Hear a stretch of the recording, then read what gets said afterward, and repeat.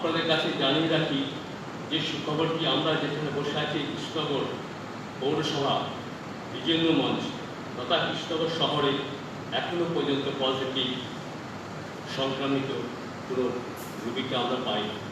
এটা আমাদের কাছে একটা সুখবর। এমনি করে যখন পশ্চিমবঙ্গে, বিশেষ করে পশ্চিমবঙ্গে কঠিন পরিস্থিতির মধ্যে দিয়ে যাচ্ছে, একদিকে করোনা, অপরদিকে আমফান, যে বিধ্বস্ত ঝড়ে মানুষ অসহায় হয়ে রয়েছে, যখন পশ্চিমবঙ্গ সরকার তথা মাননীয় মুখ্যমন্ত্রী মমতা ব্যানার্জি তাদের পাশে থেকে আশ্বস্ত করছেন, বিভিন্ন পরিষেবা দিচ্ছেন, দলের সকল কর্মী সাথী সাধারণ মানুষকে নিয়ে আপনাদের সঙ্গে নিয়ে, ঠিক সেই সময় এই কঠিন পরিস্থিতি মাননীয় মুখ্যমন্ত্রী যেভাবে সামাল দিচ্ছেন, এই অতিমারী সংক্রমণকে নির্মূল করার যথাসাধ্য চেষ্টা করছে। আমফানের যে দুর্যোগ তথা বিভৎস ঘূর্ণিঝড়ে যে ক্ষতিগ্রস্ত হয়ে তাদের পাশে থাকছেন, এই উভয় সংকটের সময় তৈরি হওয়া প্রতিকূল আশপাশের প্রত্যেকের জন্য যে দুর্দশা যন্ত্রণা সৃষ্টি করেছে, তারই বিরুদ্ধে লড়াই করার যে মানসিকতা মমতা ব্যানার্জি আমাদের কাছে নিয়ে এসছে, সেটা সাধারণ মানুষের একটা আশ্বস্তের কারণ। যে সময় সকল মিলে নিজের দায়িত্ব পালন করছে, ঠিক সেই সময় বিজেপি তাদের সকল প্রয়াস নিয়ে বাংলাকে ছোট করার জন্য, বদনাম দেওয়ার জন্য উদ্দেশ্য প্রণোদিতভাবে বিভিন্ন অপপ্রচার চালিয়ে চলছে। এই কঠিন সময় রাজ্যের পাশে না দাঁড়িয়ে তারা কেবল রাজ্যকে অপমান এবং ব্যতিব্যস্ত করেছে রাজনৈতিক উদ্দেশ্য পরিপূরণ করার জন্য। নির্মম বিজেপির এই নির্মম প্রচেষ্টা এবং রাজ্যকে দুর্বল করার সকল প্রক্রিয়া এই সময় বাংলার একটি সংকট পরিস্থিতি সৃষ্টি করেছে। তাদের কার্যপ্রণালীর অন্তর্গত ভুয়ো খবর ছড়িয়ে আতঙ্কের সৃষ্টি করছে। পশ্চিমবঙ্গ সরকার ও বাংলার এই সকল মানুষের আন্তরিক প্রচেষ্টাকে অপমান করা, তাদের কোভিড-19 এবং আমফানের বিরুদ্ধে লড়াই করার যে বাধা সৃষ্টি করছে। যদি তারা সত্যি বাংলার জনপ্রতিনিধি হতেন, বাংলার ভালো চাইতেন, তাহলে তারা সহমর্মিতা মানসিকতা দেখাতেন এবং ত্রাণ কার্য জনকল্যাণকে অগ্রাধিকার দিতেন। সেটা না করে তারা রাজ্যের বিধেয় পরিস্থিতি খারাপ করার চূড়ান্ত বিশৃঙ্খলার সৃষ্টি করছে। একদিকে যেখানে বিজেপি বাংলাকে উমফান ইন্ডিয়া হিসেবে চিহ্নিত করার চেষ্টা করছে, অপরদিকে বাংলার জনসংখ্যা অনুযায়ী আমরা অন্যান্য রাজ্যের তুলনায় অনেক ভালো পরিস্থিতিতে আছি। 4 জুন 2020 পর্যন্ত তথ্য অনুযায়ী জনসংখ্যার প্রতি 10 লক্ষ পিছু পজিটিভ কেসের সংখ্যা প্রতি 10 লক্ষে 66.72 পজিটিভ কেস। এই পরিসংখ্যানে 13 নম্বর স্থানে আছে বাংলা এবং জাতীয় গড়ের 152.92। দিল্লি, গুজরাট, মধ্যপ্রদেশ, তামিলনাড়ু, রাজস্থান, পাঞ্জাব, মহারাষ্ট্রের থেকে আমাদের রাজ্যের অবস্থা অনেক ভালো। সেই রাজ্যগুলো অনেক সঙ্গীন অবস্থায় আছে।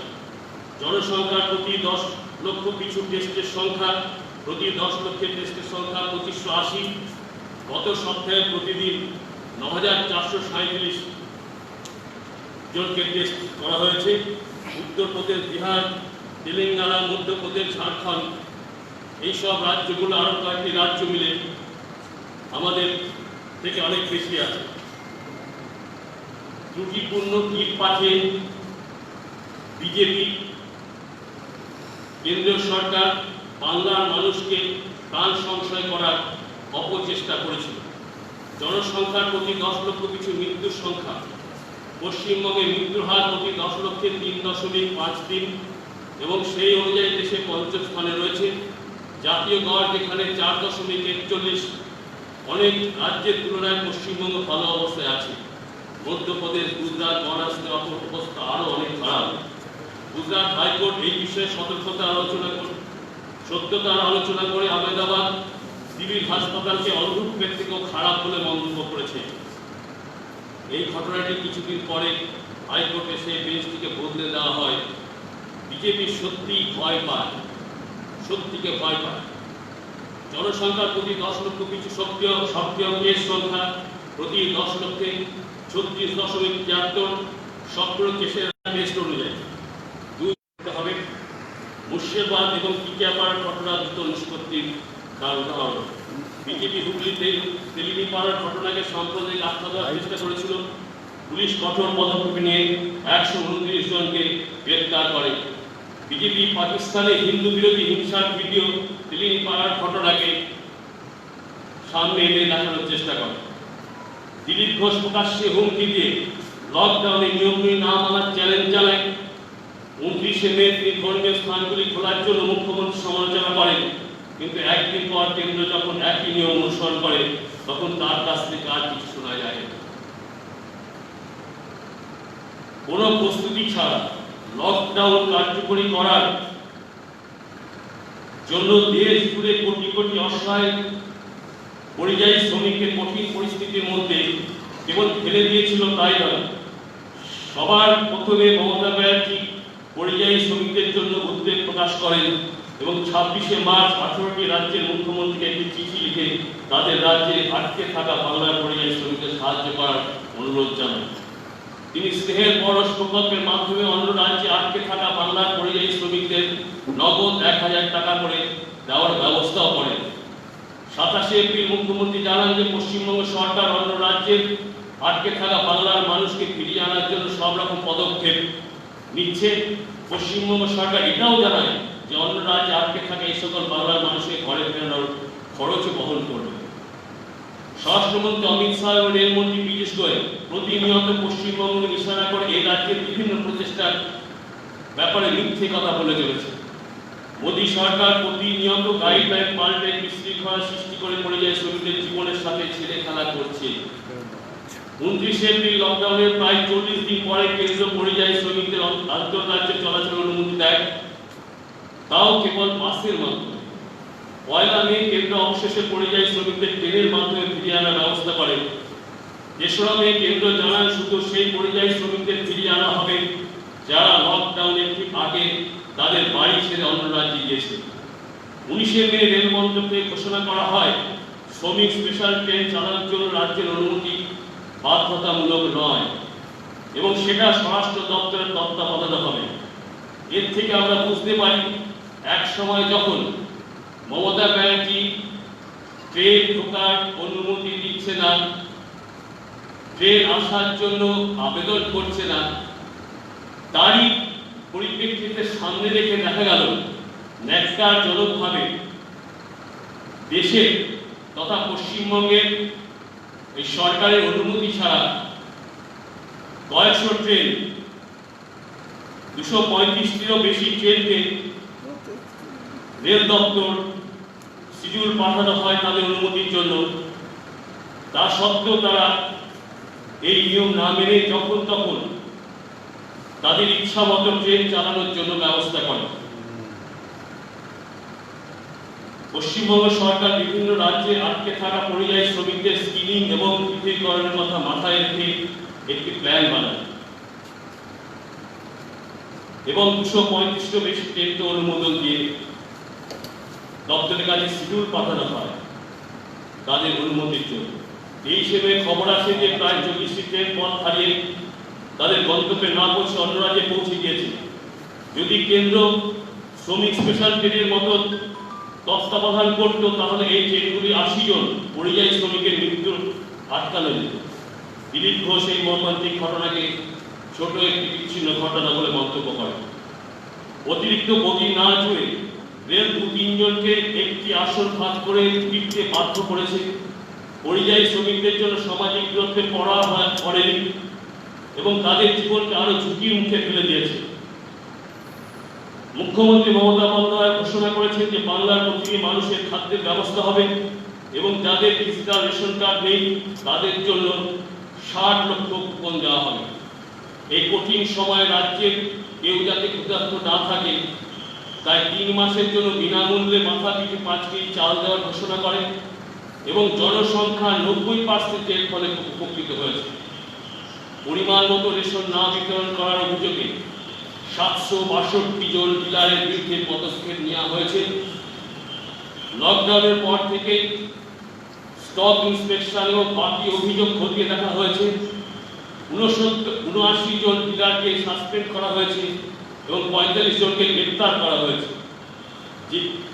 মে 2020 তারিখ 93.5% মোট বেনিফিশিয়ারি 7.97 লক্ষ এমটি রেশন পেয়েছে, যা এপ্রিল 2020 তুলনায় 10.7% বেশি। দুঃখজনকভাবে রানাঘাট রাইস মিল থেকে আপৎকালীন অবস্থায় খাদ্য জোগাড়ের ঘটনাকে বিজেপি রেশন হোর্ডিং এর তকমা দিয়ে ভুয়ো খবর ছড়ায় এবং পশ্চিমবঙ্গ পুলিশ সঠিক সময়ে ভুয়ো খবরের পর্দা ফাঁস করে দেয়। উপরন্তু 30 এপ্রিল জলপাইগুড়ি বানারহাটে বিজেপির পার্টি অফিস থেকে প্রচুর পরিমাণে রেশন সামগ্রী উদ্ধার হয়। বিজেপি অভিযোগ করে যে আমফান প্রতিরোধ করার কোনো ব্যবস্থা করা হয়নি, কিন্তু আমফানের আগে প্রায় 8.5 লক্ষ মানুষকে সরিয়ে নিয়ে নিরাপদ স্থানে শেল্টারে ক্যাম্পে রাখা হয়েছে, যার ফলে প্রচুর মানুষের প্রাণহানি থেকে তারা রক্ষা পেয়েছে। যেখানে ক্ষতির পরিমাণ 1 লক্ষ কোটি, সেখানে এখনো পর্যন্ত কেন্দ্র 1000 কোটি ঘোষণা করেছে। সেই পরিপ্রেক্ষিতে পশ্চিমবঙ্গ সরকার এখনো পর্যন্ত ত্রাণের কাজে 6250 কোটি টাকা ব্যয় করে ফেলেছে। উপরন্তু কেন্দ্র এখনো পর্যন্ত রাজ্যের বকেয়া 53,000 কোটি টাকা আটকে রেখেছে। 9 দিনের মধ্যে 9টি জেলায় 5 লক্ষ পরিবার যারা গৃহহীন হয়েছেন তাদের 20,000 টাকা করে দেওয়া হয়েছে। তারপরেও MGNREG এর মাধ্যমে যারা এই বাড়ি নির্মাণে কাজ করবেন তাদের 28,000 টাকা করে দেওয়া হবে। এই প্রকল্পের সুবিধা 10 লক্ষ মানুষ পাবেন। ক্ষতিপূরণ হিসেবে 23.3 লক্ষ কৃষককে অর্থ প্রদান করেছে পশ্চিমবঙ্গ সরকার। বাংলা এই মুহূর্তে এক অদৃশ্য শত্রু ও প্রাকৃতিক বিপর্যয়ের সাথে মোকাবিলা করার দরুন পাল্টা জবাব দিচ্ছে না। রাজ্য এই মুহূর্তে খাদ্য বাসস্থান পরিকাঠামোকে স্বাভাবিক করার প্রতি নিবেদিত। এই সময়ে বিজেপি যথাসম্ভব সকল প্রকার প্রচেষ্টা করেছে বাংলার মানুষকে বদনাম ও অপদস্থ করার, কিন্তু বর্তমান প্রতিকূল কাটিয়ে ওঠার পর বাংলা বিজেপির কাছে প্রত্যেকটি ভুয়ো খবরের রাজনৈতিক লাভের জন্য সাজানো সকল ঘটনার জবাবদিহি চাইবে। যদি বিজেপি ভাবে যে তাদের এই বাংলার মানুষের জীবন ও ভাবাবেগের সাথে ছেলেখেলা করার রাজ্যবাসী ভুলে যাবে এবং তাদের ক্ষমা করে দেবে, তাহলে তারা ভুল করছে। ঘৃণা ও অপপ্রচার ছড়ানোর বিজেপি সকল প্রচেষ্টাকে বাংলার মানুষ যোগ্য জবাব দেবে। জেলা নদিয়া বিশেষ করে যেগুলো আমাদের খুব জানার দরকার, সমস্ত তৃণমূল কংগ্রেসের নেতা কোভিড-19 এর পাশাপাশি আমফানের জন্য ত্রাণ বিতরণের জন্য প্রত্যক্ষ এবং অপ্রত্যক্ষভাবে জড়িত ছিলেন। এই সংকট চলাকালীন পশ্চিমবঙ্গ সরকারের প্রকল্পগুলো যেমন প্রচেষ্টা প্রকল্প এবং বিনামূল্যে রেশন, এই সবগুলো সহজে সাধারণ মানুষের সাথে গভীরভাবে সংযোগ স্থাপন করে।